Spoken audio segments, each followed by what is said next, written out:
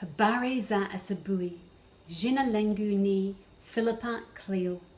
I am the author and illustrator of the children's picture book about Little Tembo that you are translating from English into KiSwahili. Asante sana. When creating a picture book, the first step is to write the story. And here I am typing words on my computer, and here is the text or the English words for Little Tembo's tale of how to reach for the stars. Now, after typing the words on the computer, I then print out the text that I think might be on each page of the picture book to think about where the illustrations are going to go and to start the sketching. So I'm going to show you now what happened as I went through and sketched all the pages for this story, which is where I'm up to now. So at the beginning, this was the very first double page and my first sketch. So I was thinking that Bibi would be reaching up to grab some bananas or ndizis from the banana tree and share these with Little Tembo. And this is my first sketch of Little Tembo, who looks a little bit here like a toy elephant. So I knew I had to change her, and I'm thinking about the words. So that was my first draft. And then I sketched the same pages again and left little Bibi reaching up to grab the bananas, but moved Little Tembo away a bit further and started changing her dimensions, made her body a bit wider. I was changing her head and ear shape, and the bananas she's eating are still scattered around. And thinking about should the text or words be up the top or down the bottom. Then my last revision or sketch for these was I completely separated them. Bibi's on this page and Bibi's looking sideways up at the tree now, reaching for the bananas. There's two little banana trees, and here's Little Tembo on her own page, on page 3, and she is eating a banana. She's much wider than she was at the beginning. Her head is bigger, and the text is down the bottom of the page. Little Tembo helped Bibi gather food for dinner. So these are the first 2 pages of the story. So now I'm going to go through and show you what sketches I've come up with for the other pages. The next 2 pages, Little Tembo here is imagining or thinking. So when I'm using the small circles and the wobbly larger circle with the illustration, this is not really happening in the story. Little Tembo's thinking or imagining.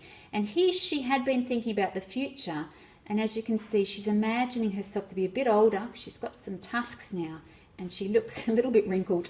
So she's thinking about the future, and she says to her grandma, to Bibi, "What job can I do when I grow up?"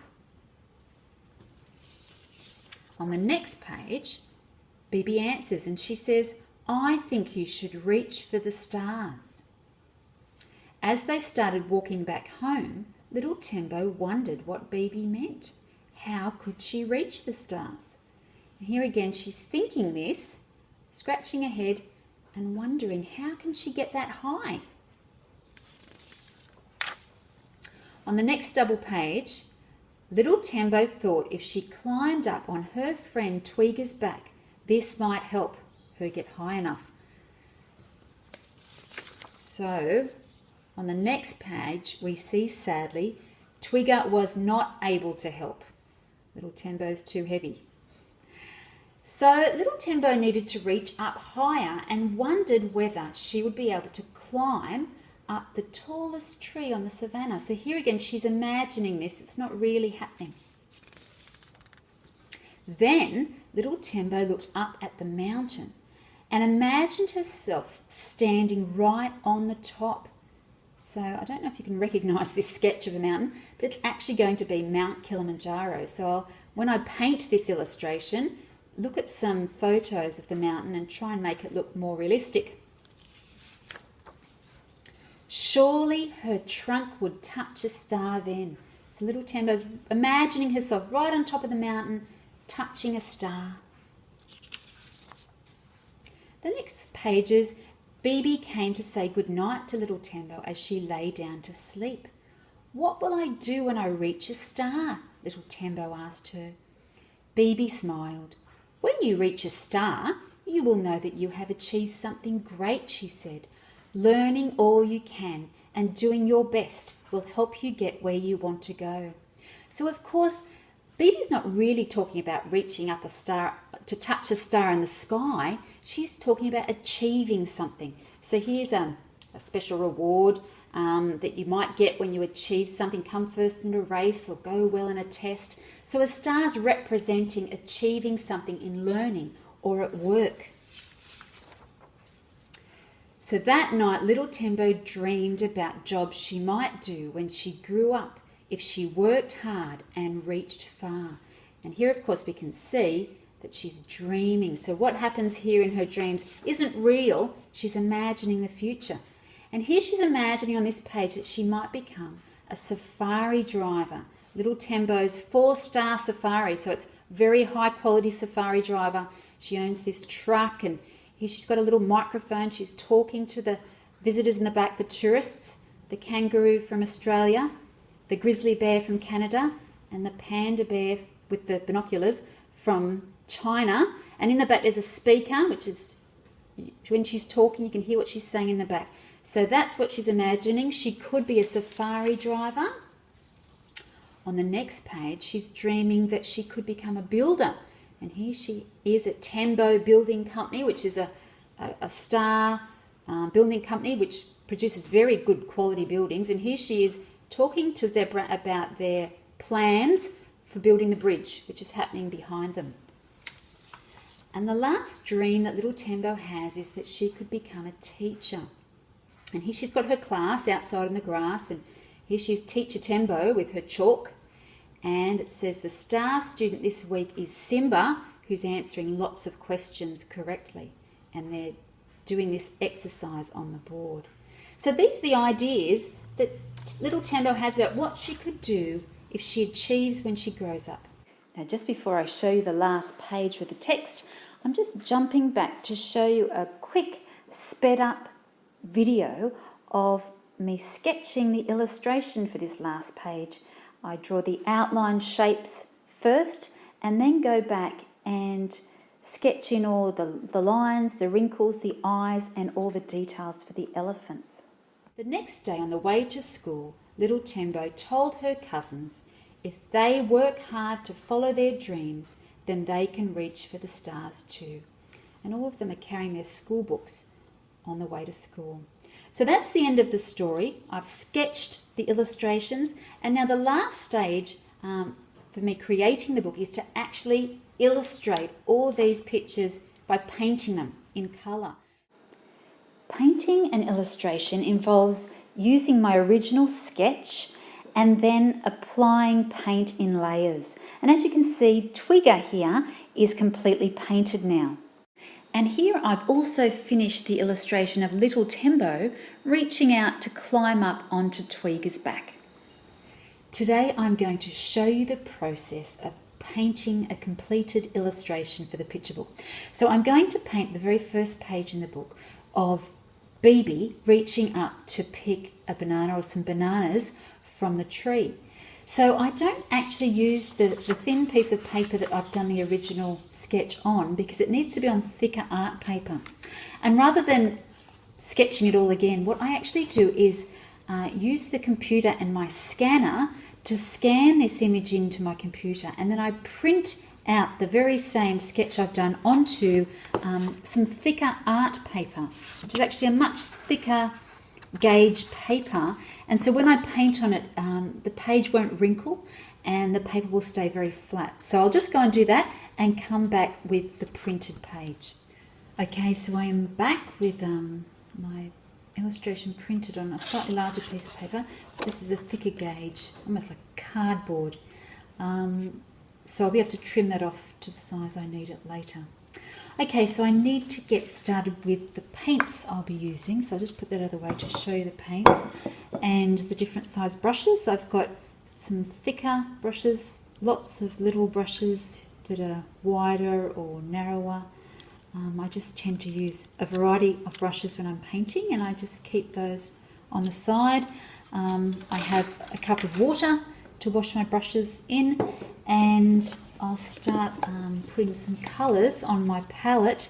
when I paint, I tend to use a ceramic plate for putting the paints on, because I can mix the paints into the middle of the plate and it's very easy to wash the plate off afterwards because it's a smooth surface. So today I'll be using black, a little bit of a bright yellow colour, perhaps for the banana tree. Doesn't matter what the paints look like when they're put on the plate, because I'll just be mixing them around. This is one of my favourite colours in painting. It's yellow oxide. It comes out like a dirty yellow colour. That's great because it actually is a very natural colour. You see a lot of this colour in the surrounds, in nature. I've got a few different colour browns. This is a darker brown called raw umber, and I've got a mid colour brown, which is actually called burnt umber. It's slightly lighter brown colour, and then a red colour brown. That's called actually sienna. It's like a rust colour, like a colour of rust metal. And then for the pod sitting underneath the bunch of bananas, I'll be using a tiny bit of red. So I'll just put that out. There's not much left of that one. A bit of red.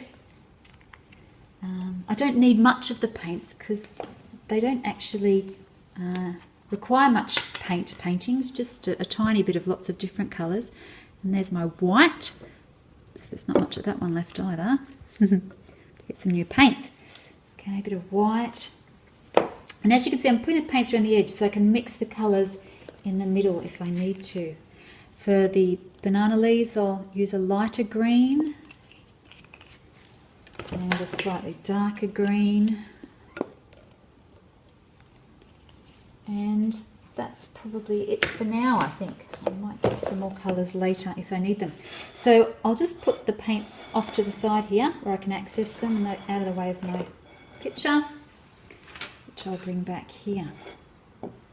Okay, well I'll start with the banana trees, and for this I might just use a little brush initially and mix up a colour for the trunk of the banana trees. Now if you look at a real ndizi tree or banana tree, when they're tiny little trees they actually start quite green.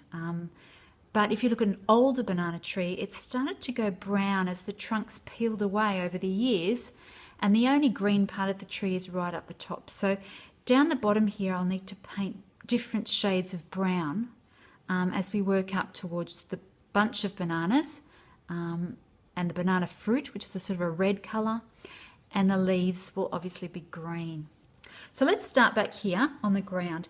I might actually just paint the ground first, and for that I will dip my paintbrush in the water and start with a soft brown colour. I'll just make that quite watery. Can you see me mixing it there? Yeah. And just sort of paint the ground coming along to the banana trees, a watery brown colour. Adding water is helpful because it changes the texture of the paint, and you don't want it to be too dark. Often in illustrations you just use a lighter colour paint, particularly when the bottom of the page will be white, and in this case the top of the page will be white. You don't want too many dark colours as you're blending. So I'll use a softer watery brown for the ground at the base of the banana trees. Just there again, adding some more water.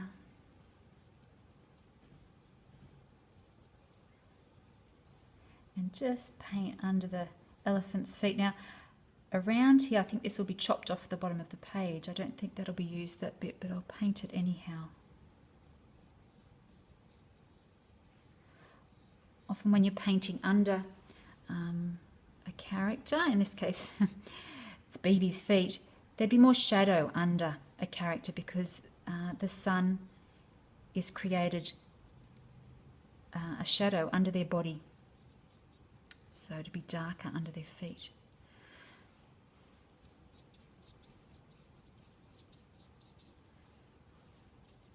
So I'm just adding water to the paint there to soften the colour, and I think that will be enough. And here, this part of the illustration, as the page joins in the book, will join up to the other page where little Tembo is sitting. So this is just the first page you'll see in the picture book.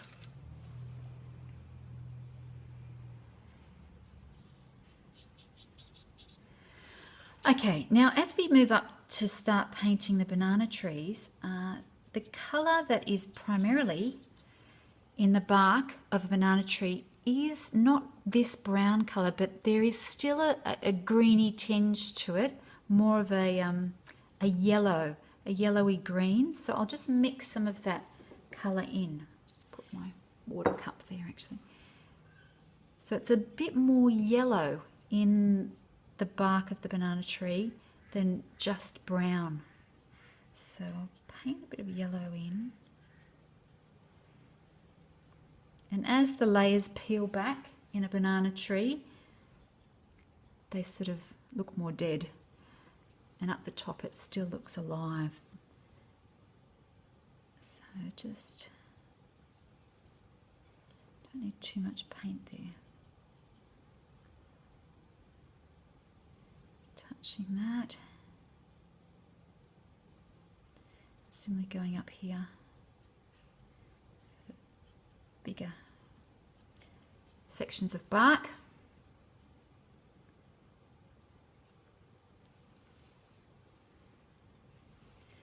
So this is not the finished product. With painting, I use a layered style of painting, so I'll paint and let it dry a bit and then go back and paint more on top when it's dried. So I don't paint it all at once.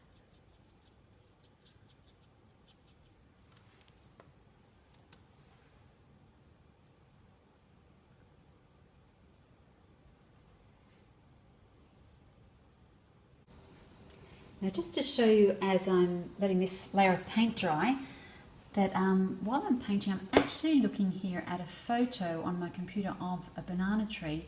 It's not the same as my picture, but it's just helping me with the colour selections as I paint. It's always helpful to look at something from real life to inspire colour choices.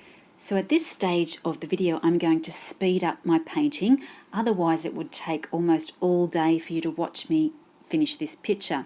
So as you can see now, I've started to blend a little bit of yellow and green into the brown paint, so I can just add a bit more colour into the trunk of the banana tree.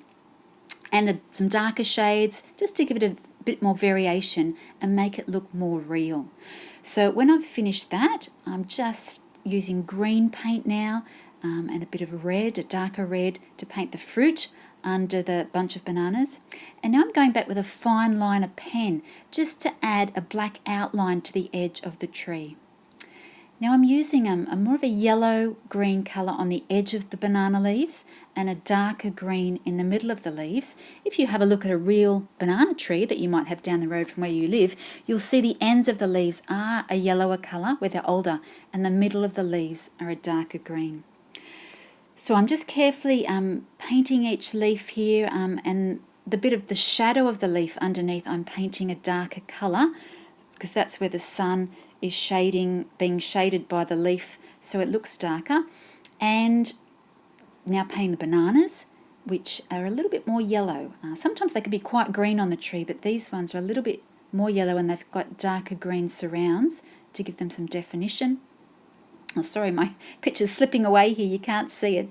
And just again going over the edge of the leaves with a dark black felt tip marker to outline them. Now just while I wait for those banana trees to dry a bit before painting BB, I thought we'd just stop and I'd show you something else about the painting process. Now this is a painted illustration that I showed you before of little Tembo standing on the rock trying to jump on Twigger's back. But I just wanted to show you something, if I could just bring it in a bit closer. And that is with the painted illustration that's finished here, there's some little marks where my paintbrush went a bit over the line that I didn't want on the final painting. And the way that these are removed is not by painting a whole nother picture again, but I actually scan these digitally on the computer. So the illustration, when it's finished, is not a piece of paper that I hand to the printer, but I actually give him the computer files of the digital paintings that have been scanned in. So when I scan it onto the computer, I can actually go onto the computer and remove those little marks off without having to paint the picture all over again, which is a great relief to me because it saves me lots of time and means if I make a tiny mistake, it doesn't really matter. Okay, we might get started on the last bit of the painting of Bibi. Okay, I'm back ready to start painting Bibi. So, as most of you would know, elephants are grey, and painting we primarily use black and white to make grey, but grey can also be made up of other colours.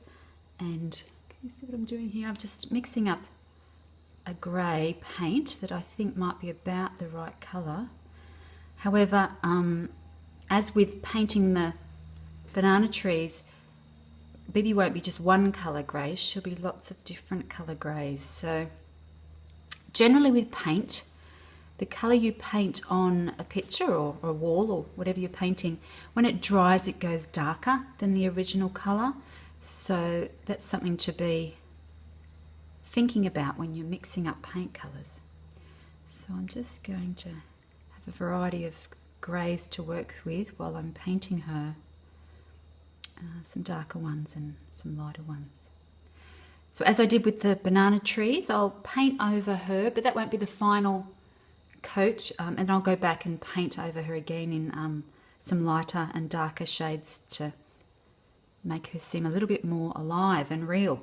And also her ears I will paint slightly pink in parts, just to provide some variation for the ear colour.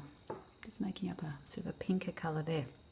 So I'll put these off to the side and start painting.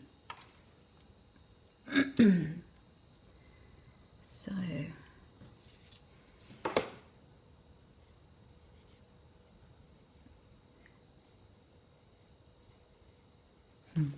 even though I told you that I can get rid of marks that aren't supposed to be there, it's much easier if I do paint neatly and keep within the lines, because then it looks the way I want it to and I get a better idea about the artwork.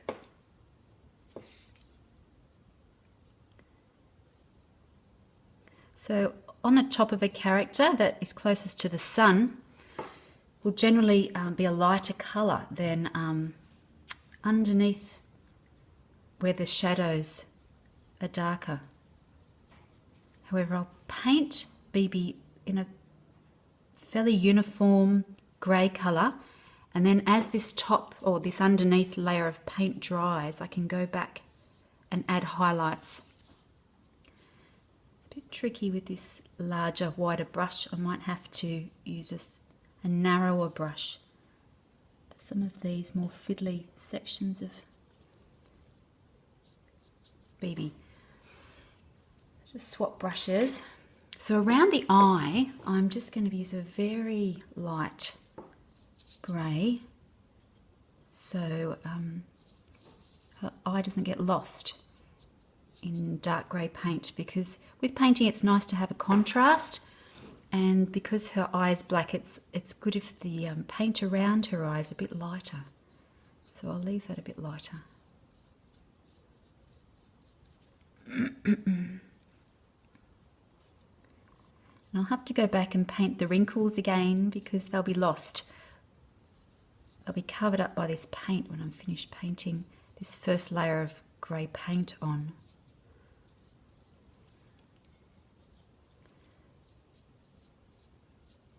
And inside Bibi's mouth will be a different colour, and her tusks will obviously be a different colour also.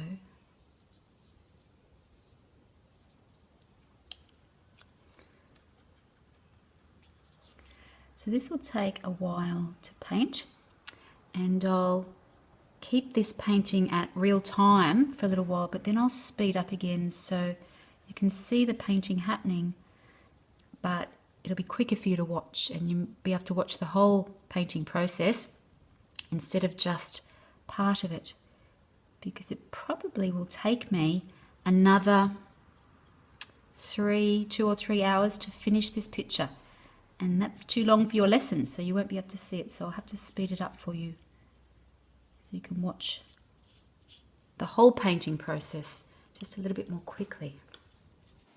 Okay, so now I've sped up the video recording, and I'm here painting the softer grey on the ear, and the surrounds of the ear are darker grey, so it contrasts with the light grey ear. Painting Bibi's legs and her stomach a darker grey, and then just going over the whole elephant again to smooth out the grey skin so you can't see any brush marks, and painting the underneath of her body a darker grey, so that's where the shadow would be underneath. And here I'm going over her tusk, painting it an ivory cream with a shadow underneath. Sorry, it's slipping out of sight so you can't see what's happening there. And then just going over her again to give her some wrinkles on her skin with some darker grey. Then using a white to give her some lighter patches where the sun would be shining down on Bibi's skin. And then I get a fine liner pen to go around the outside of the elephant to give her a defined line in black around the edge, and go over and draw some tiny fine wrinkles on Bibi's skin because she's an older elephant. She's got some wrinkles. And last of all, I get some brown paint and just paint the shadow under Bibi's foot.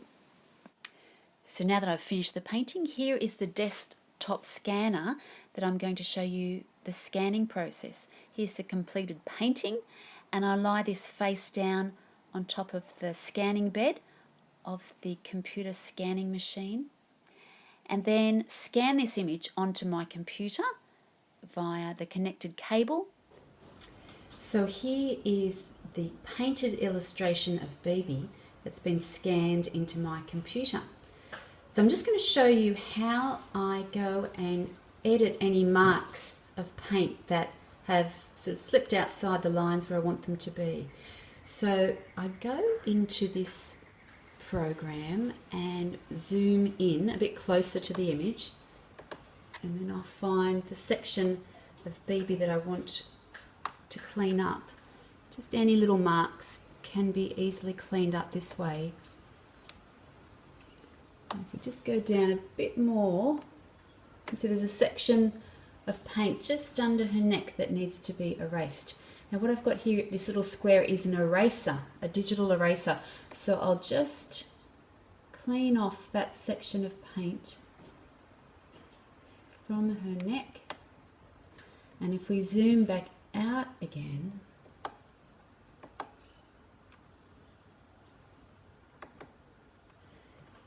you can see that that's gone and she's looking much tidier. And this illustration is finished now. So I'll save it on my computer and get started on illustrating another one of the pages. Here's a close-up of the finished painting where you can see all the details of the completed Bibi illustration. It's been great to share with you today the process of making a picture book and showing you the sketches of Little Tembo's story that you might be able to use and think about as you translate the words from English into KiSwahili. At the end of this year, I will be organising the picture books to be printed, and then at the beginning of next year, I am travelling to Tanzania, to Arusha, to bring copies of the finished picture books to your school to give to you. So I will see you then, but if you have any questions about the process of creating a picture book or painting illustrations, please ask your teacher and I might be able to answer these questions by email. Anyway, see you later. Bye.